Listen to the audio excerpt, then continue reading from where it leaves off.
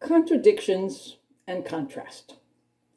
We see contradictions every single day of our life. We have good and evil. We have black and white. We have up and down. We have every kind of contradiction that we can see in our life every single day. And why are they there? Well, if you're an artist or you're a good photographer, you know that one of the most important things to your picture or the image that you're trying to capture is the idea of contrast. Because when you have a picture with no contrast, it's dull and unexciting.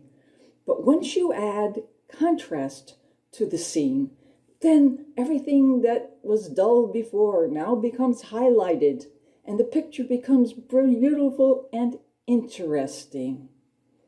And it's the contradictions in our life that present us with the contrast that we need to bring out the highlights in our life. It's the things that don't seem to go right, the things that are always wrong, the things that challenge us. Those are the contrasts in our life.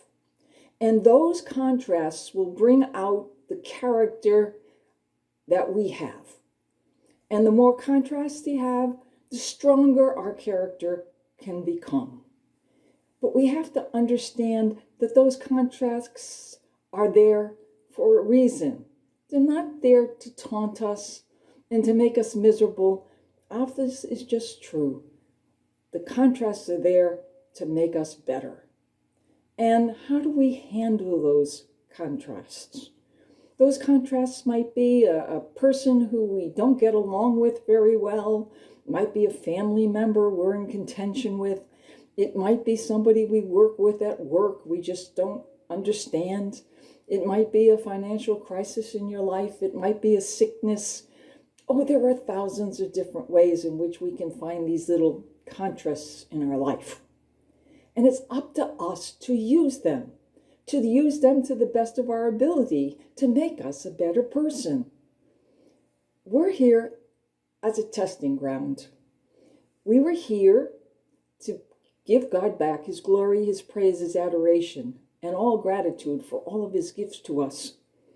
And it's up to us to take this blank easel and portrait frame, and it's up to us during our time to paint that beautiful picture and image that will at the end be our final glory.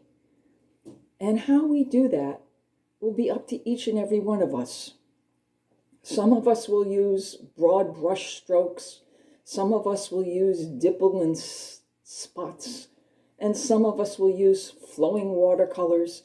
And some of us will use harsh chalks. But whatever way we choose, whatever brush or style that we want, it will all make the image that we will be at the end. And the picture can either be dull and unexciting and unproductive, or it can be beautiful and enlightening and full of highlights. It's up to us to choose how we are going to use our contrasts in life. So when things get bad in your life, they aren't going the way they should, look at the contrasts in your life and use them to the best of your ability to make yourself the best image that you could possibly be. An image of beauty, of goodness, of love, of tenderness, of transparency. A person of character. A person of morality. A person shining on a hill. A person who is willing to show the world that you are different because you have chosen the less traveled road, the road to accept your hardships for the betterment of who you're going to become. So take the contrasts that come into your life, all the ups and downs and backwards and forwards and the blacks and the whites and the goods and the evils, and use them to the best of your ability. Contrast does have a purpose. Contrast is what molds you and forms you to become better than you are.